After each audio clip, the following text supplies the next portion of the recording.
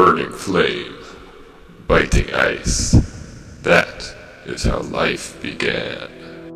The first of the worlds was Muspelheim in the southern regions. It's bright and hot. It flickers with dancing flames and is impassable to those who are not native to it. It seethes and it shines. In the north lies Niflheim.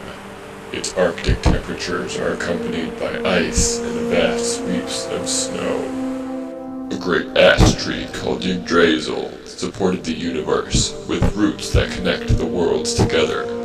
One root of the tree extends to Muspelheim, while another root to Niflheim. A vast primordial void called Ginnungagap separated the two fire and ice realms. It is here that the first being, a frost giant named Ymir, formed from the melting ice of Niflheim when it came in contact with the hot air of Muspelheim. From Ymir's sleeping body, the first of the ice giants sprang forth.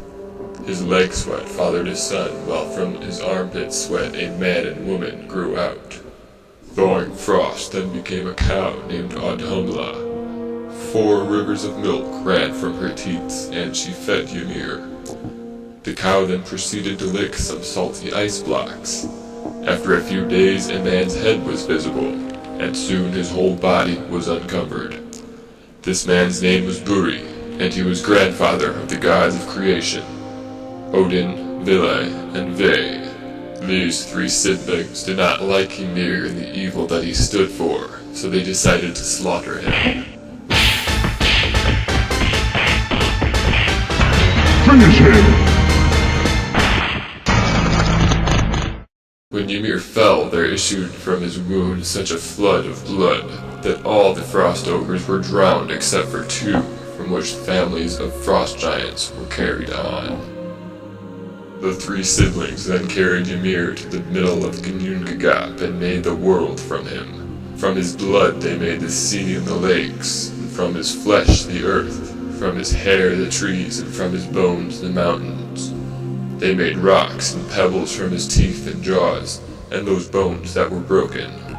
Maggots appeared in Ymir's flesh and came to life. By the decree of the gods, they acquired human understanding and the appearance of men, although they lived in the earth and in the rocks. These men would be called dwarves. From Ymir's skull, the siblings made the sky and it set over the earth with its 4 sides. Under each corner they put a dwarf whose names are East, West, North, and South. They then flung Ymir's brains into the air, and they became the clouds. Then they took the sparks and burning embers that were flying about after they had been blown out of Muspelheim, and placed them in the midst of Ginnungagap, to give light to the heaven above the earth. The earth was surrounded by a deep sea. The siblings gave land near the sea to the families of giants for their settlements. To protect themselves from the hostile giants, they then made themselves an inland stronghold using Ymir's eyebrows. This stronghold they named Midgard.